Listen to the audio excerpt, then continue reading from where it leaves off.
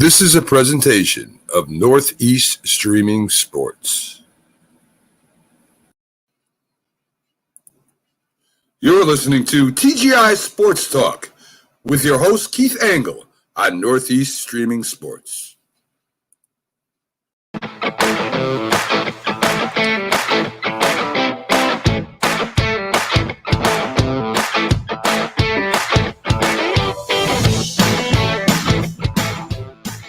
Good morning, everybody. Keith Angle for TGI Sports Talk right here on the Northeast Streaming Sports Network. For those of you that were hoping to see the interview with Uwe von Schamann, former standout kicker with the Miami Dolphins, and before that, the national champion Oklahoma Sooners, unfortunately, Uwe is under the weather today and unable to join us. We're going to try to I know he's going to Germany for a couple of weeks here, starting on the 18th. I'm going to try to get our interview recorded with him. We can maybe do it next week or, sometime during the holidays when I need to have a show. So I apologize for anybody tuning in to see Uwe this morning. I was really looking forward to the interview, and things happen. People get sick, and we got to have our priorities. So we wish Uwe to get well soon. And for those of you that were lucky to see him this morning, I absolutely apologize. And I'm going to ask for you guys to help me carry the show this morning. Good morning, Dave Guyette. I know we got some other people in the room. So what I'm going to ask is if you guys have some topics to talk about, I'll talk. We'll go as long as I can carry this thing. I don't want to do too much and be redundant from last week's Sunday show or the college football show. But, we'll talk about your topics. I know if Carlos is in today, he'll have some things to talk about. So bring your topics. Dave Guyette, you want to talk about the Bills? We'll talk about the Bills, the AFC East. Let's start there. Listen, by the way, what a dreary day here in East Greenbush, New York. We are the first streaming live streaming webcast, sportscast here in East Greenbush. Dreary day. Going to rain, still warm. It's going to be 60 day. It's already in the 50s, I think, but it's going to get cold. So there's your weather update. As I mentioned, our guest today, Uwe von Schamann, unable to make it due to some illness. So those of you in the room, bring a topic. Let's chat. I'm going to start with the state of the NFC East. The Bills have been the talk of football for quite some time. And the Bills are not playing as well as they should. Dave Guyette, I'll speak this. I'll point this question at you. And what's going on with the Bills? The Patriots are now breathing down their neck, just a game behind in the loss column. I don't feel that Josh Allen is really playing as well as he had last year. I mean, Josh Allen had done a great job of progressing and getting better. They'll win this weekend. Hopefully. I mean, don't forget who they lost to last week, though, Dave. Let's not make a foregone conclusion. When you lose to 9-3 last week to the Jaguars, who played a great defensive game, but this is not a good football team. The Bills were supposed to be on a par with the Chiefs, who are also down. I mean, the AFC is a little bit topsy-turvy at the moment. When you look at the Bills situation and the Patriots, as I said, now breathing down their neck, having won 3 games in a row, playing really good football, really good defense, breathing down the Bills' neck. You've got the other team that was favored here in the AFC. The 2 teams that met in the championship game last year, Buffalo, as I said, struggling, and Kansas City, also at 5-4. They get a win last week, but not pretty against Green Bay without Aaron Rodgers. And we'll talk about Aaron Rodgers a little bit too today.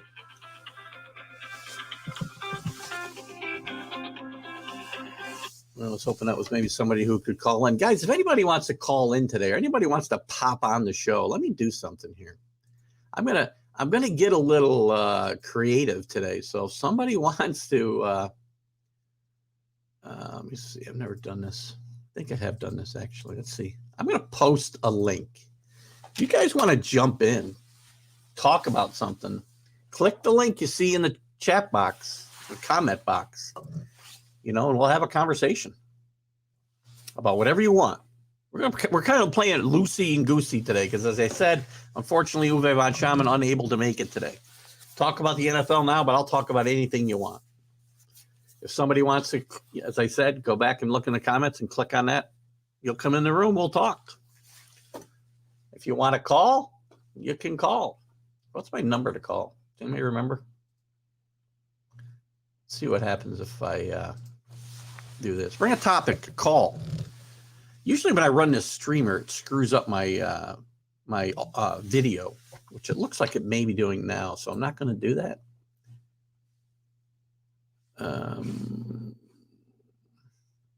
Let's hide that.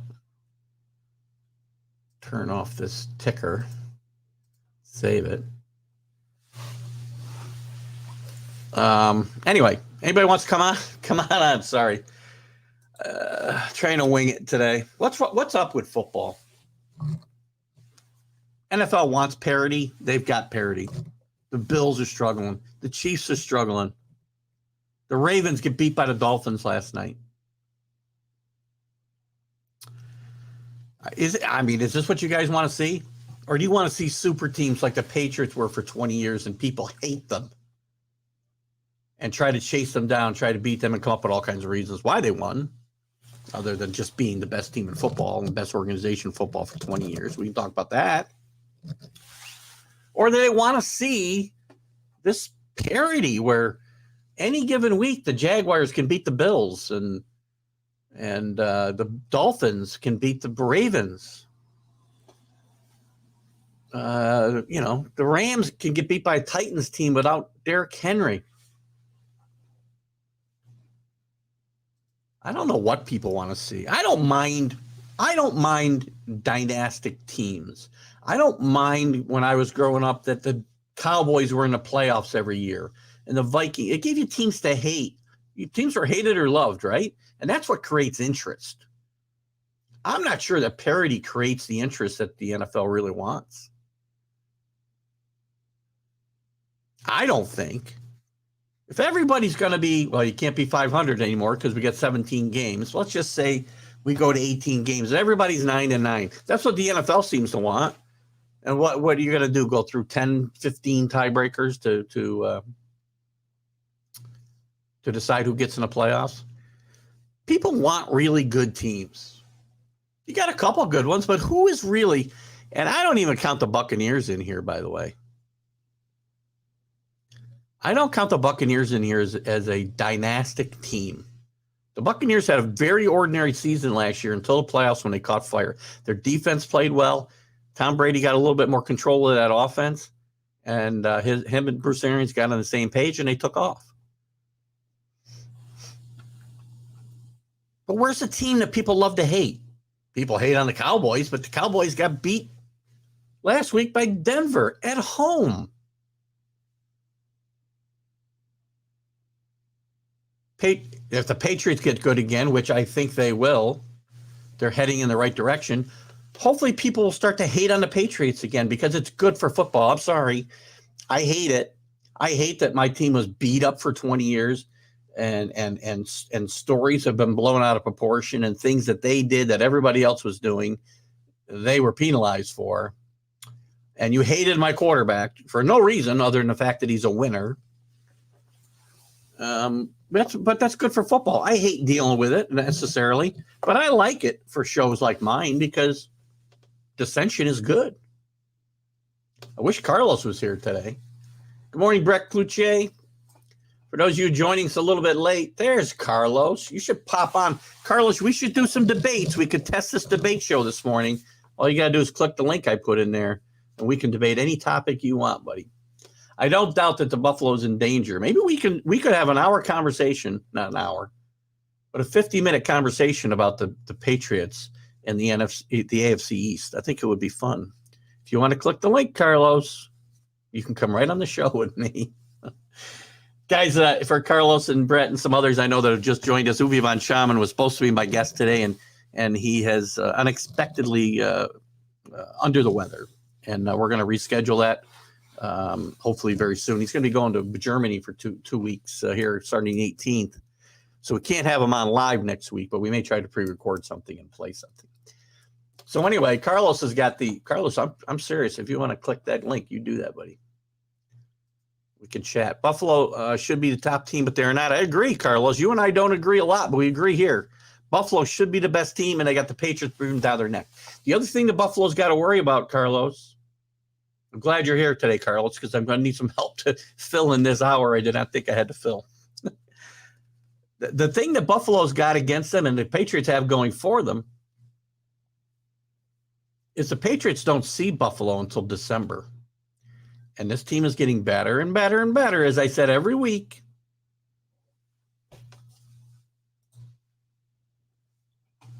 And in Denver, in December, they're going to be a really good show. Bills are in danger. Can't have enough. You cannot get enough offense. They don't even have enough offense right now, in my mind. Josh Allen's not playing as well as he did, and maybe it's a function of the defense being bad and feeling the need to score on every possession. But Josh Allen has regressed a little bit this year. His numbers are not nearly as good as far as turnovers and such. I mean, look at the passing yards are there, the rushing yards are there. But turning over the football and protecting the football, which is so important in the NFL, is not happening with Josh Allen right now. And that's one of the big stories to me in the NFL this year. It's the struggles, both of the Bills and the Chiefs. And I think the struggles are for similar reasons. Not enough defense, too much pressure for the quarterback to be perfect every week.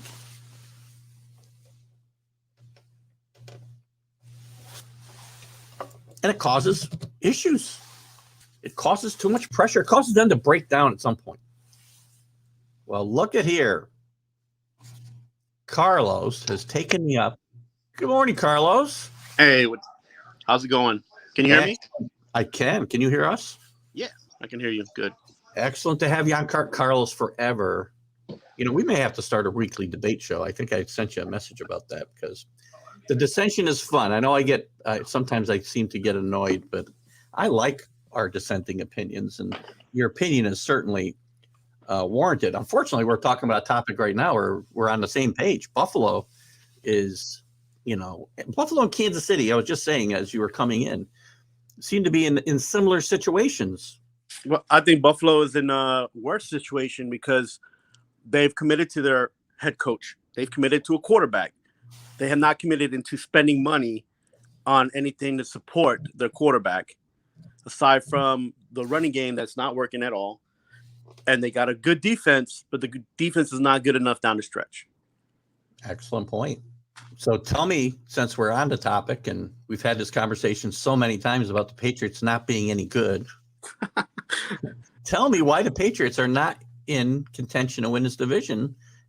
And I'm not saying Buffalo isn't giving them that opportunity, but they are. And I think come December, these are going to be two awesome football games between these two football teams. The wild card is the Dolphins. If the Dolphins keep winning those crazy little games, keep people playing their game instead of people playing their own game against the Dolphins, then the Patriots would slide right in. But if the Dolphins start to lose again, then that gives an opportunity for the Bills to come in and make it a game for them. That's an interesting point you make about the Dolphins too, because I think why the Dolphins were successful last year is they did get people playing their game, right? And that took them out of their game. This year that hasn't happened until the last couple of weeks anyway. I mean, they beat a bad Texans team last week, but last night's game was pretty impressive, I thought. They have the definitely Patriot platform defense working in their favor, the Dolphins. The offense is hurting. As you can tell, they used two quarterbacks yesterday. But on their offense, people don't understand that they'll gain those yards and make it a game because they have Waddle, who's a great rookie receiver.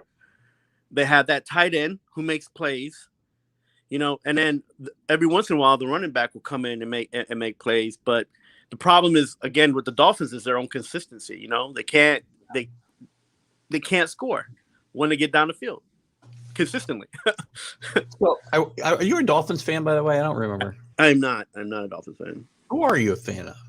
I remember I told you I was raised in Germany, so yeah. I saw a lot of New York teams because they broadcasted New York superstations, and I was born in New York, so that made me a New York State fan, except for Buffalo. I'm not a fan of Buffalo because I was born in New York City. So. Ironically, the only team that actually plays in New York. Exactly. Yeah, I know. I get that all the time. I'm sure you do, because I've used it a lot against especially my Giant fans. When we've lost a couple of Super Bowls. Rumor has it we lost 2 Super Bowls to the Giants at one point. Well, let me ask you this though, since we're on the Dolphins topic. I woke up this morning to some news reports that Jacoby Brissett wanted to get back in that game last night, and they wouldn't let him. So the rumor mill is kind of spinning that, Did you watch the game last night? I didn't see a lot of it. I wasn't feeling great, and I went to bed, and I had it on, so I was kind of watching it in and out of consciousness. But that's good because you wouldn't have missed anything. It was a terrible game, the first half.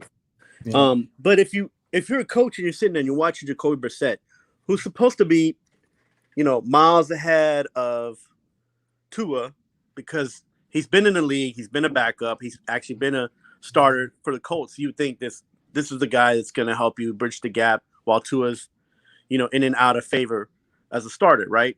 Yeah. And he didn't play that way at all. He's not. He's. I don't know if he's uncomfortable that he might lose that he can't be a starter. I don't know what it is about, but he did the same thing in Indianapolis, and that's why Indianapolis got rid of him because he will not step forward and be the leader that he can be. It's not that he can't be it; it's that he doesn't do it consistently. He'll have 2 good games and then have a horrible game, and then he'll come back and play better again. And this is why he's a backup quarterback. I agree that he's got the talent to be a starting NFL quarterback and lead a team, but I don't know. There's something holding him back. When he was with the Patriots, I was upset when they got rid of him. I wanted him to stay there as the backup, or even potentially get a chance to win the job, as it turned out. Well, he did good by the Patriots because the Patriots kept him in.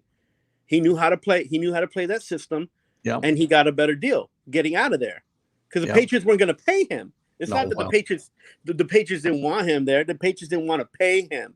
The Patriots have a problem letting go of money when we pay quarterbacks. We pay quarterbacks and head coaches. That's about all we pay. Yeah, and they knew that Brissett, as much as he's a good quarterback, he wasn't worth the amount of money that probably him or his agent were asking. So, while we're on the NFCs, let's talk about my team and my quarterback and why. Because, it's hard going back and forth. I know we go back and forth, you and I, a lot, both in during the shows and even afterwards, chatting back and forth in Messenger. And you lose something sometimes in those kind of conversations, right? So I want you to state your case for me about why Mac Jones is not the future of the New England Patriots or on a path. And I'm not saying to be an elite quarterback like Tom Brady. That's too high a standard, right? But to be a really good NFL quarterback. Okay, so the problem that you guys have right now is that the standard is Tom Brady. That's one of the biggest problems the Patriots will have from now and in future going on. You're going to expect somebody to come in and be your Tom Brady, unfortunately.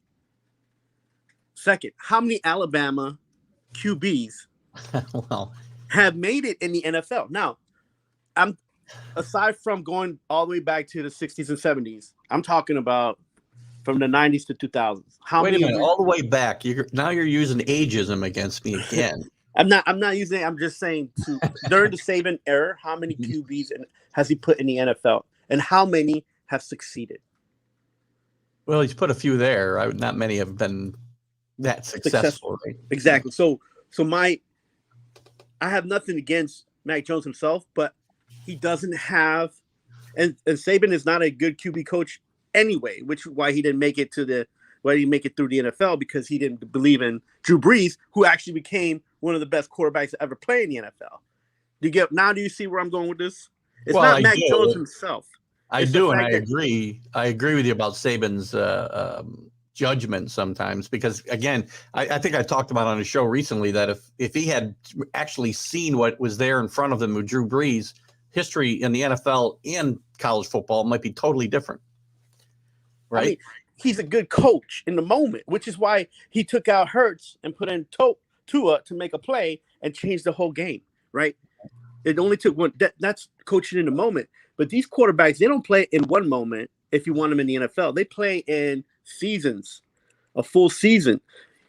Do you honestly believe a player like Mac Jones is going to hold up to a standard like, let's say, Russell Wilson, or even I can't. who's this guy in Arizona? I can't remember his name. Kyle Murray. Kyle Murray. Do you think he could put the team on his back when it's needed to in the last minute to Today? win football games? No. Now here's another thing.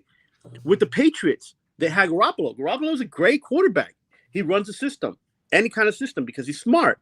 He cannot put a team on his back, as shown in tough situations, to win the big games. He blew it in the Super Bowl.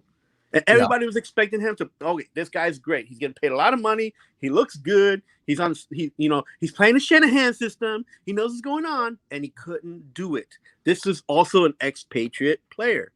So let me take you back in time, though, Carlos. So in 2000 and 2001, Tom Brady was not looked at as, the next, I don't know who's a great guy, the player then, Dan Fouts isn't a great player. Joe Montana. Right. He wasn't looked at that way. Michigan didn't produce a lot of great quarterbacks. Jim Harbaugh played competently for a lot of years, but he wasn't a great quarterback. So Michigan wasn't known for that either. Brady was a 6th-round draft pick, overlooked, and even at Michigan. Yeah, they played Drew Henson over Tom Brady. That. Yeah, everybody knows that. Listen, the thing about Tom Brady is that he's Tom Brady, just like Michael Jordan is Michael Jordan, and Tiger Woods is Tiger Woods. Man, you cannot take these guys who have this motivation, mentality, and athleticism and put them all together at one time and playing their sport at a high level. That doesn't happen all the time. This is what makes them great. My point is, though, you didn't know that in 2001. Tom Brady wasn't that guy in 2001, 2002, 2003. Not even until probably 2007 was Tom Brady that guy. Now he's already won 3 Super Bowls already by then. Anyways, listen, here's the thing. Not because of Tom Brady exclusively, though. Of course. So, but this is what Belichick does as a coach, right? This is what he did for the Giants, right? He made sure that the defense would be able to score at least 14 points in a game, minimum, because he knows that, he had Phil Simms, but Phil Simms can't, sometimes couldn't make that throw when he needed to win the game, right? That's why also Parcells surrounded Phil Simms with 2 great running backs, Otis Anderson and Rodney Hampton, because he knew that as much as he loved Phil Simms, and Phil Simms was that captain and motivator. Joe Morris, by the way. Yeah, exactly. Phil Simms wasn't going to make that 60-yard throw, that 45-yard throw to win the game. It wasn't going to happen. As much as the receivers were great too. Remember that he had Ingram, he had a lot of good receivers. So you have to build your team, unfortunately, to the faults of a quarterback. And that's the problem with the NFL. They build a team thinking that the quarterback is going to do a lot more than what they can do. Right? Look at Justin Herbert right now. Justin Herbert came out a great quarterback right out of Oregon, right? He's got the skills. He can run the ball. He can throw the ball. He's good under pressure. Is he really good under pressure? Or did Oregon really have a fast O-line that give him that much time to throw the ball 40, 50, 60 yards down the field? Yeah. So now he's in San Diego. In some games, he looks like a superstar, right? In some games, he looks like, well, this guy's a rookie. He's going to get it next year, right? Well, I think he'd be fine. But, to your point about quarterbacks carrying football teams, they can only do it to a certain point. That's what you're seeing with Josh Allen and Patrick Mahomes right now, is there's too much pressure on these guys to take these teams on their backs week after week after week and be perfect. And they can't do it. They can't, right, stand up to that week so after week. I don't expect my quarterback to win 13, 12 games. I want him to win 5 games for me when we're really when we really need to. That's Russell Wilson is averaging 6 to 7 wins himself. himself since he's been a rookie every year. That's a great quarterback, unfortunately, on a bad team. Right. It's only turned into one Super Bowl win, right? Exactly. But think about that. For his team, every season he's produced 6 to 7 wins himself. Maybe more in his case, to be honest. Yeah, I'm talking average, man. I'm talking analytics and average. I'm not even talking about per season, which game he won. Okay, so my thing is, I don't think that the quarterback should get that much pressure. Well, but if anybody's going to get pressure, it's the OC and the head coach to make sure that these guys have the ability to score, not just in the red zone, but but making sure that they make it to the red zone to have the opportunity to score. Wasting downs and timeouts, those things are like coming like a dime a dozen now in the NFL. And I'm just wondering, is the game too fast for the offensive coordinator because they're coming up with these plays that are not adding up yards? You're looking at some of these players like Derrick Henry, he's got 20, 30 yards after every catch or run that he's making himself. So what is the offensive coordinators? What are they doing? Are they depending on each individual player to make an average of 5 yards or more? Or are they making sure that their play is good enough to get them 5 to 10 yards? This is what I'm going with the whole Shanahan playbook and these people in the tree. That's where I'm going with this. I get you there. I think you're just too hard on Mac Jones because of where he is today. You got to give Mac Jones a little chance because by the way, as I keep telling you or telling everybody, Mac Jones at this point in his career is at least where Tom Brady was at this point in his career, if not but we can't ahead of it. All right, so if he stays in the Patriots, if he stays as a Patriot, that's a possibility. Maybe he can become a Garoppolo. I'm not even going to say Tom Brady. I'm never going to say Tom Brady. I don't have unreal, to go back to your comment about that's a problem for the Patriots. It's not a problem for me. I understand we're not going to have it on Tom Brady. Tom Brady's not going to come around long and play for any other team again. The man is anomaly. GOAT. He's an anomaly in sports in general. But Mac Jones can be a competent Super Bowl contending quarterback for a lot of years in my mind, from what I've seen after 9 games. All right, Keith, is Garoppolo the same QB or is Mac Jones better? Mac Jones is better. Why? Why? Because Garoppolo took the 49ers to First of all, he stays healthy, number one, so far anyway. He stays healthy. He forgets. The one thing that Mac Jones doesn't get credit for is the fact that, number one, he's learning as he goes. And he does forget his mistakes pretty quickly, which is very important for an NFL quarterback and huge part of the learning process. And I think that's what's – and his teammates love him. Nobody loved Jimmy G. For whatever reason, and it comes out now, the 49ers are not in love with the guy. And the Patriots players that when he left, they weren't necessarily in love with the guy. I'm going to tell you the main reason the San Francisco 49ers team roster does not like Jimmy G. Is he getting paid so much money and he hasn't won anything, right? And that gets to the point of when you're trying to build a defense, right? That needs to score at least 14 points because your quarterback might not be able to get those 14 for you, right? So then the question comes in: why are you paying this guy, the QB, so much money when it's us, the defense, got to carry him? That's why they don't like him. That happens on almost every single, locker room. Why is the defense that's better than this quarterback who can average 14 points a game? Why are they getting paid less than the guy who's supposed to score them up? That's the thing you can't have in a locker room, right? I mean, you have to be able to you have to command that locker room. It doesn't matter. I mean, the money matters, yes, to people, but if you're a leader and a great leader of men, they're not going to care that because they know you're the quarterback and you should be making that money because you're leading us, and not just numbers wise, right? But because there's a lot more to leadership than numbers wise, and that's why I think Mac Jones is different than Jimmy G.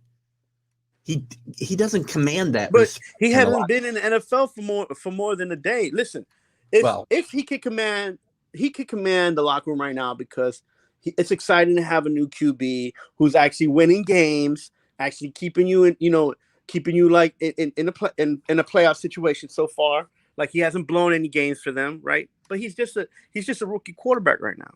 He's just a rookie quarterback right now. Well, When they just- play their last game for the end of the season, and if they don't make it to the playoffs, whose fault is it going to be? Who are they going to put the blame on? It depends on how this. No, see, that's where you're out. wrong. Mac Jones got to stand up and be like, "Listen, I didn't score enough points for us to win this game." And what's going to happen? You can't Is say he that gonna do that? 50 to 49. I mean, that's not going to be Mac Jones' fault unless he throws a pick six for that. Keith, understand? You just said one thing, and the one thing that Big Ben has done at Pittsburgh for the longest time is always put the onus on him, which is why he can go out and everybody's like, "Oh, I love this guy." Yeah, because he'll say he's not scoring enough points, and he looks like he's not scoring enough points. So not only is he, he's not only is he not lying, but he's being accountable. Well, because he's saying it. He's like, "Listen, I threw that interception. I that's fumbled the that ball. NFL. I got sacked." That's the NFL, though, too, right? Quarterbacks are always going to get too much of the credit and too much of the blame when they win or lose. It's just the way it goes, right? Through history. You look at the most important game in NFL history, and I know I keep going back in time. I'm sorry. The Jets, who I know you're a fan of, Joe Namath is not one of the best quarterbacks of all time. He just Nobody isn't. promised the New York fans a freaking Super Bowl. Exactly. He wasn't even he was a great leader, but he wasn't. His numbers are just atrocious when you compare him to other guys, right? But he won the most important game in NFL history, promised that victory, and that's why he's there, right?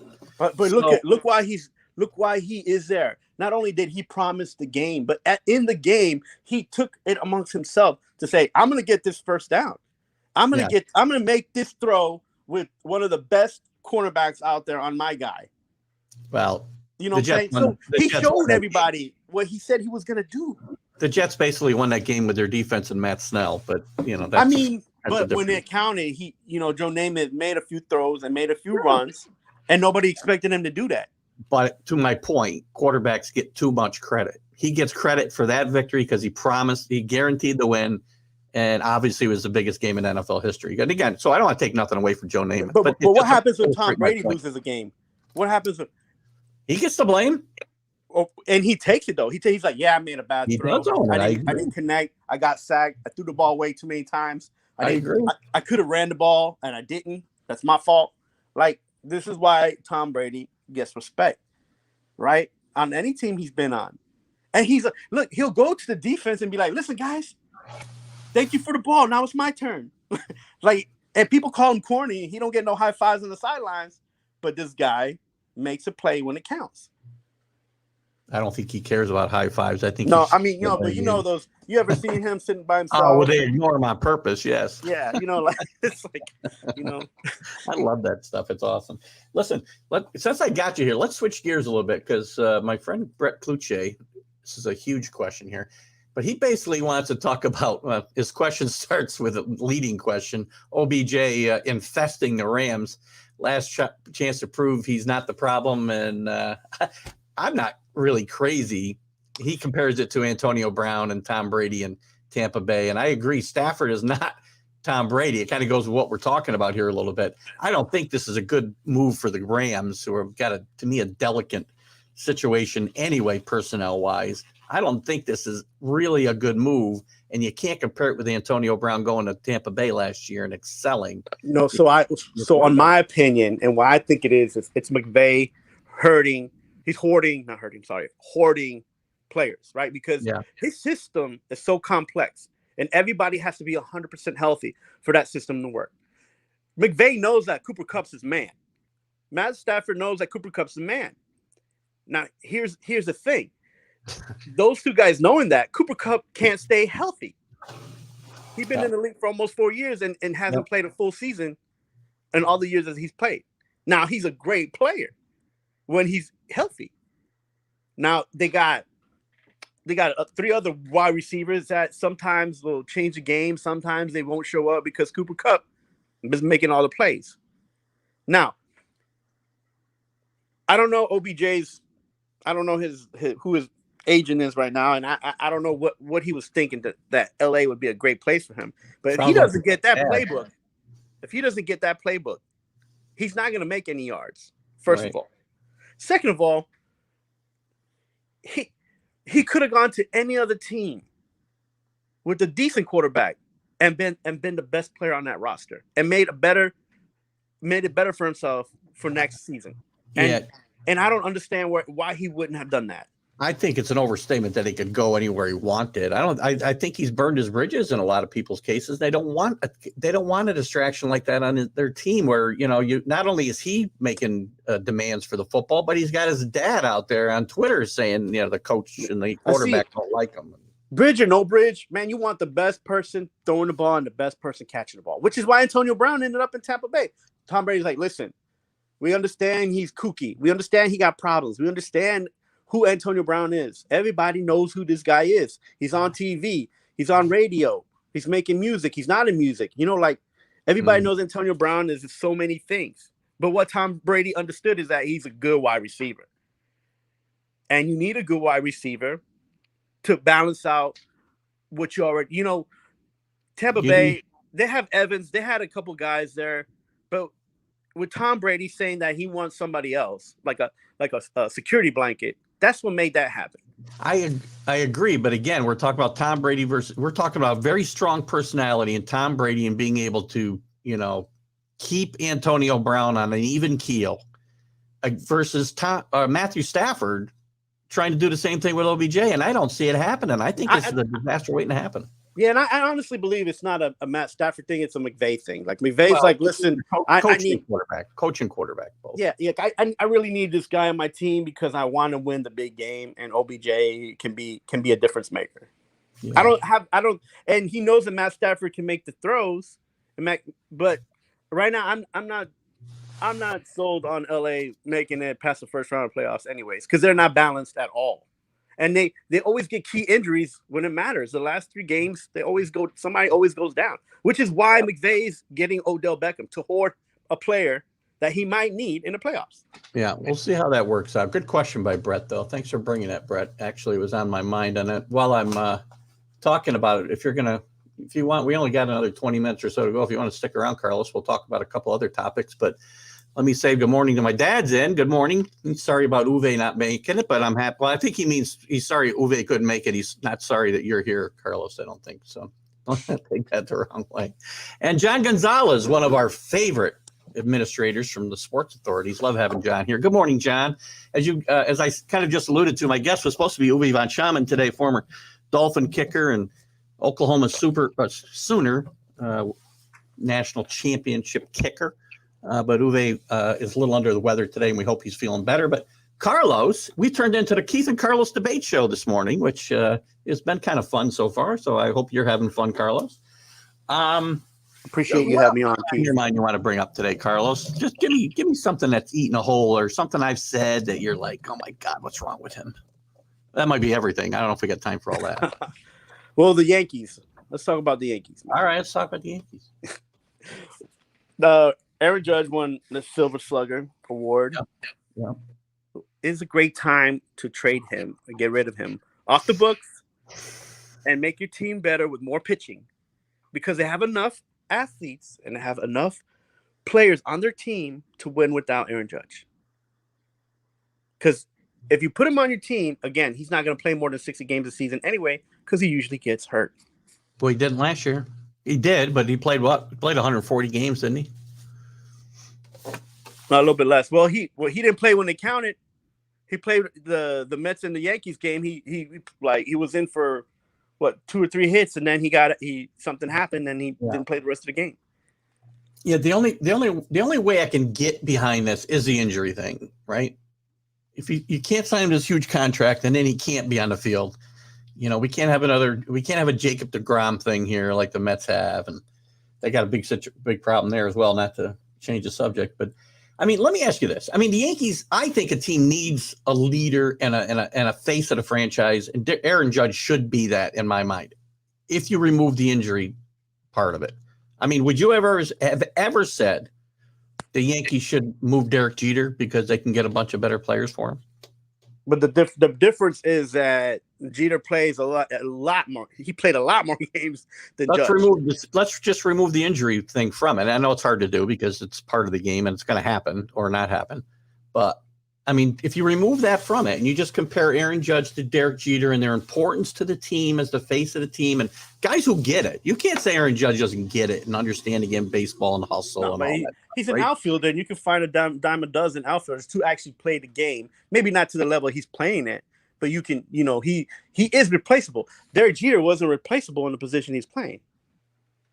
Well, Derek Jeter's a great player, and I'm not trying to degrade Derek Jeter, but he wasn't the greatest defensive shortstop of all time. That's for sure. Oh, but a great leader, a great leader, good player. Not and it's hard to play that position no matter what. Listen, he was good enough for them to get Alex Rodriguez and say, "Hey, Alex, play third." For my boy Brett, hold on. My boy Brett's agreeing with you. Jeter played a more important defensive position. He did play, and he made the plays you had to play, but right? He didn't, again, that's I guess I'm going against my own argument about this year. You got to make the plays. Here's the problem. Here's the thing that Judge doesn't do. When it's the bottom of the ninth, you got two people on base. Jeter is going to get you a hit. It don't have to be a home run, but he'll get you a hit. I agree. No, Judge can't do that. Judge has struck out so many times in the seventh inning with people on base to actually win games. Part of that is the way the game's taught today too. It's ridiculous. I mean, Aaron Judge and everybody that comes up, strikeouts are just looked the other way on today. We don't even worry about it. It's so frustrated. I think I did a vlog that I'll play later today about the state of the game and the way the game's being taught. It's just crazy what we'll just stand for. Strikeouts, home runs, and walks. That's all the game is today. Look, I mean, I would do this if I was the Yankees. This is what I would do. I'd get rid of Judge, bring in Correa. Yep. And sign Rizzo.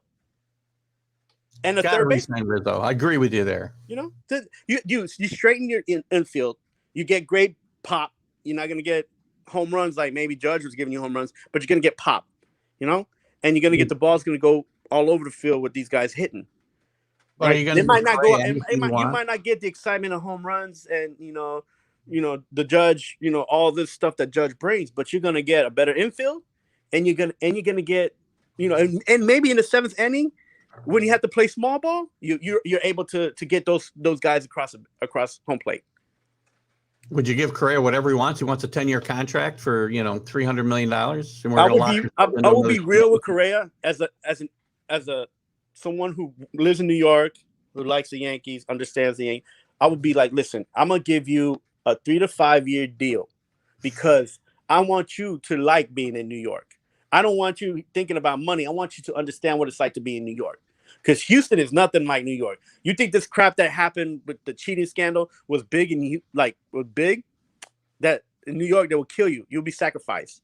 Look, A-Rod, for one full season after the playoffs, A-Rod was like, people were booing A-Rod because he hit a first baseman running through first, and that's unsportsmanlike. You know what I'm saying? Like, I think it's more because he tried to bitch slap him there a little bit. And New Yorkers, we understand baseball. We get baseball. So if you play baseball and you're great at it, you're going to get props. If you play baseball and you're okay at it, you're going to get booed. So, as you should, yeah. And the expectations are win or go away, go somewhere else and play. Right. So I will give you a 3, option a 2 to see if you like being in New York and if you can handle it.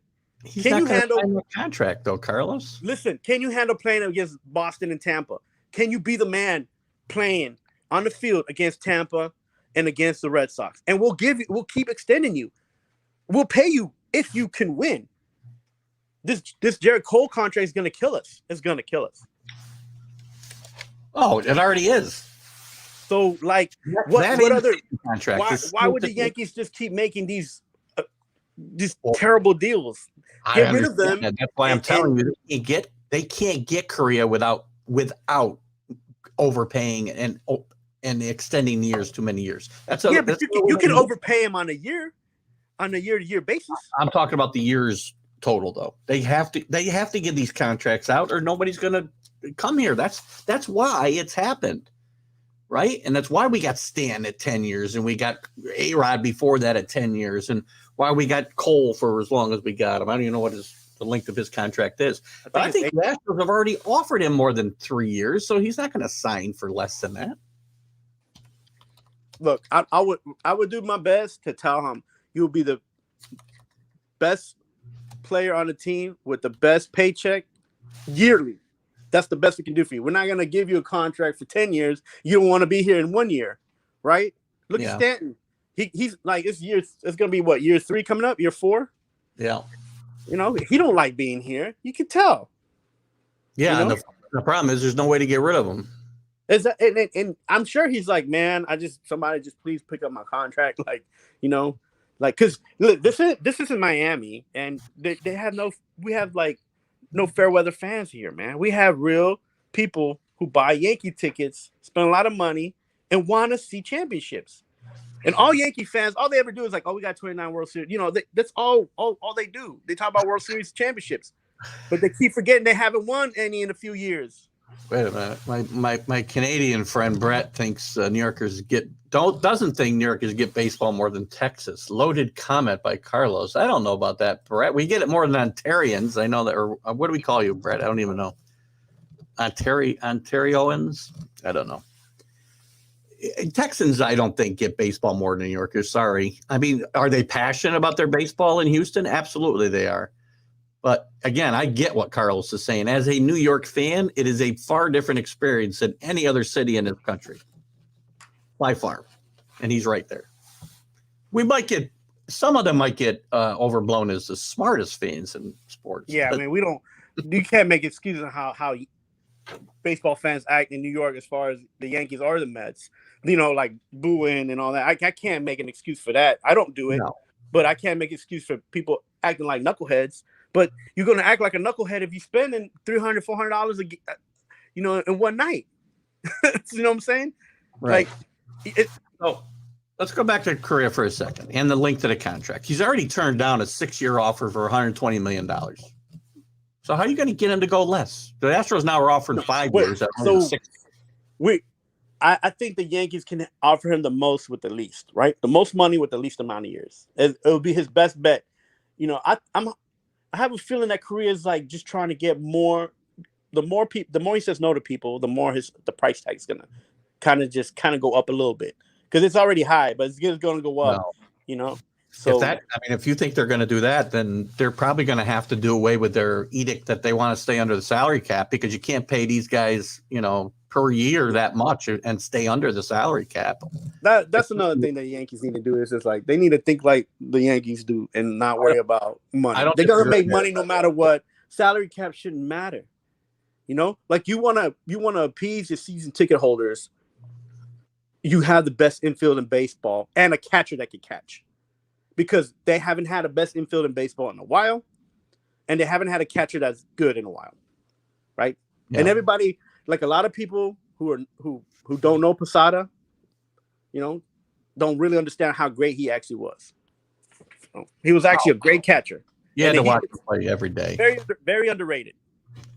In my mind, and they're far different players. Don't get me wrong, but Posada and Thurman Munson remind me of each other in the fact that you need to watch them play day in and day out to really appreciate how good they are.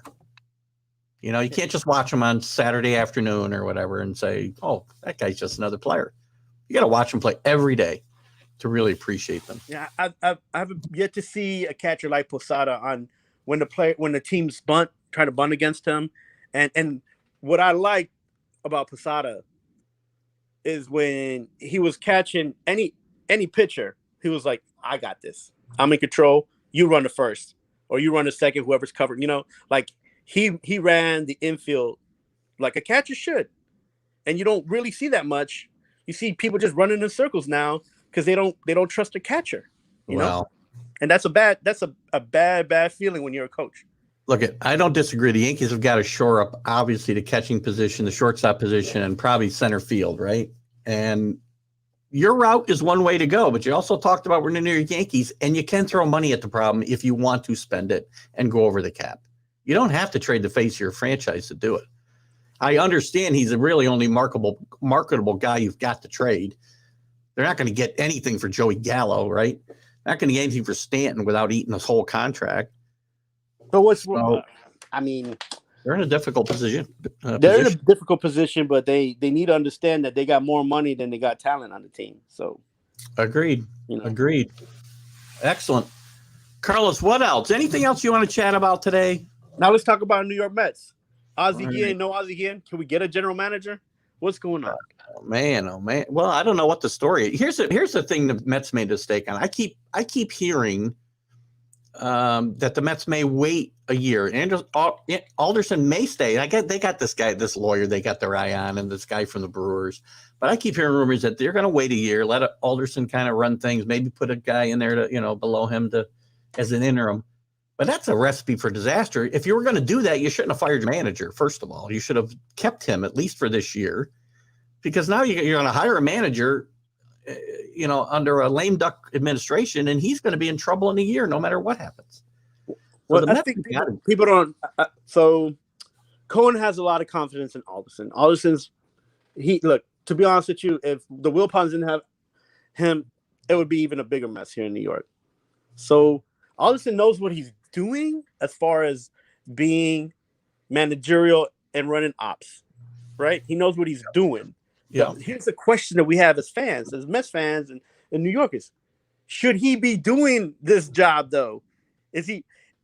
Because the problem is that you've asked 3 teams for permission to get a manager, right? Yeah. The GM. A general manager, I mean, right? Yeah, general. And this is some of the 3 top picks, right? So you've already asked 3 of them. They said no. Yep. You got to figure out what is the issue at that point. Why do you not want to come to New York, and be a GM for the Mets? Right. Well, as a person who follows the Mets probably closer than I do. I follow them, but I follow the Yankees closer. Is it a Steve Cohen thing, and people don't trust his leadership ability? It's the fact that Steve Cohen said, "I got money. I'm going to throw it at players. You get me the championship." See, that's a George Steinbrenner method. Yeah, he was like, "Listen, we've been losing enough. I got money. Let's get the players." But now, all of a sudden, you want to back up on what you're saying, because this is what he said, but I don't think it's what he means. Because now you got to sign players, you got to keep you under the cap. You got to fill the spots. You can't have both. You can't have it both ways, man. Look, if you say you want to get these players to win a championship, then you're gonna have to open a pocketbook to pay those fees when it comes down to salary cap time. I have no problem with them signing Lindor. Great fielder. He was hurting a little bit. Another owner's contract, though. I mean, he's a great player, and I have no doubt he's going to bounce back next year. But that's a long time they're going to be paying him a lot of money. They at least know they got an infielder for 4 to 5 years, man. Yeah. That's the thing. So I'm okay with that as far as a fan watching him play for 4 to 5 years. Now, I can't stand that he's not hitting, but then he can't stand he's not hitting either. At least he was honest about it. He's like, yeah, I'm not playing good. Understand the fans booing. Should he have done the thumbs down? Who cares at this point? All right. Like at this point, it doesn't matter. But a lot of that stuff gets overblown. I mean, you shouldn't do that. Stuff and the whole raccoon story. Who cares? I mean, if him and McNeil were shouting each other in the tunnel, it happens all the time. Who cares? So that deal was good. Now you got to make 3 more deals like that at least, right? That's the thing. You got to make at least 3 more deals like that because you say you want to win a championship, and it's not just one player. We don't have to worry about DeGrom because he got contracted when the Wilpons were here. We don't got to worry about DeGrom, right? But now are you going to sign Baez? If you're not going to sign him, you're going to get somebody of his caliber. Look, Baez was the only one hitting. After the break, and we got him in the trade line. He was the only one hitting on our lineup. The lineup was. You kind of addressed it right there. I mean, you talk about the Yankees issues. The Mets got more issues everywhere, whether it be defensive issues in the outfield and offensive issues almost everywhere.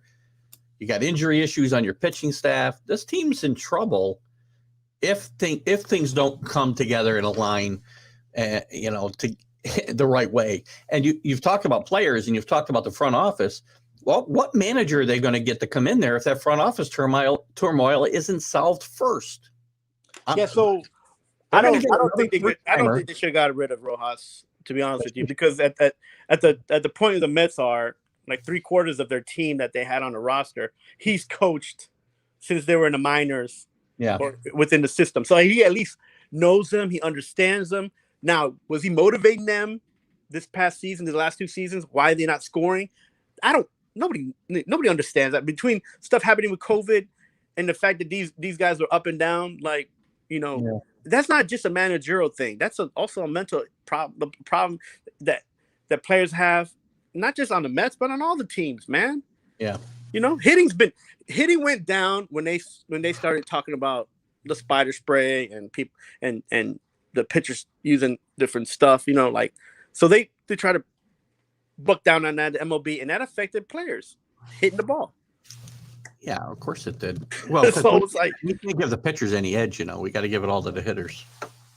So it's like the Mets have a lot of issues in all the positions. It's not necessarily because of coach, right? Oh, I disagree. I don't disagree. The players have to play at the end of the day. Performance alone. Yeah. J.D. Davis did not play as good as he should have. He had injuries with his hand. McNeil was terrible hitting this year. Yeah. I feel bad for Smith. I do truly believe he's a better defensive first baseman than Pete. But Pete played great this year at first base. He's the one bright point in the organization for sure. Sure. So I mean, and you can't. Well, before we got to wrap it up, and we'll end on this Mets note. I mean, if you're a Met fan, as far as the manager goes, forget about all these other issues. Do you go with another inexperienced guy after doing that now 2 times in a row and it's not working out? Or do you find somebody with some experience to bring here if they'll come? Well, I mean, you got to go. You got to go with somebody who's expendable, right? Because you're going to bring in a new GM next year if that's the case, right? Yeah, right. That's the problem. That's face, correct. So you got to go with somebody who's looking to just, a bridge cap coach. So if you're looking for a bridge cap coach, there's not many guys with experience to say, yeah, I'll do it. So it's going to be somebody inexperienced, unfortunately, I agree. Well, Carlos, listen, this has been fun, and we got to do this more. I mentioned this to you when we were messaging back and forth the other day, and I was serious when we said we should talk about doing a debate show, because I've been thinking about switching gears on this Friday show a little bit. You and I should have a conversation about it. All right. Well, keep me in touch, and thanks for having me on. And if people, put in your comments what you think. I'm an opiniopinated person, I know. Sometimes don't my worry, opinions are too harsh. Rick Sherlock will be in later to watch the show. Carlos, thanks a lot. We'll talk more. I'll probably see you in a couple of minutes over on the other side. Yeah, I'll be over there in a minute. All right. Bye-bye. Bye. One of my favorite followers, Carlos. I have to ask him how to pronounce his last name. I don't want to mispronounce it like I do. Arturo Chavez. This is not that hard. Carlos is a good guy, great follower of the show, very passionate about his sports, very opinionated, which I like. So am I. We disagree a lot. We found today we got some common ground on a few things. But I like that dissenting opinion. I have fun with it, so bring it. I hope you guys had fun. Sorry about Uwe von Schaman not being here today, but, sometimes things happen and people are under the weather, and we hope he feels better and we can get him in here very soon. I'm thinking about actually doing this debate type show a little bit more often on Fridays, because it gets harder and harder to get good guests all the time. And I'm thinking about switching gears at least maybe a couple times a month or something. I don't know yet. Still up in the air. I can't add more time. I don't have more bandwidth to do more shows. I know you guys want more shows, but can't do it. Guys, Keith Engel, TGI Sports Talk right here on Northeast Streaming Sports Network. I have enjoyed my hour with Carlos today. Hope you have. Hope you'll see us. We will see you on Sunday with our Stream of Consciousness show. And next Wednesday, we'll be back with the College Football Huddle. And right now, I'll be jumping over to Mac and Jack in just a minute. You guys have a great weekend. Keith Engel, out.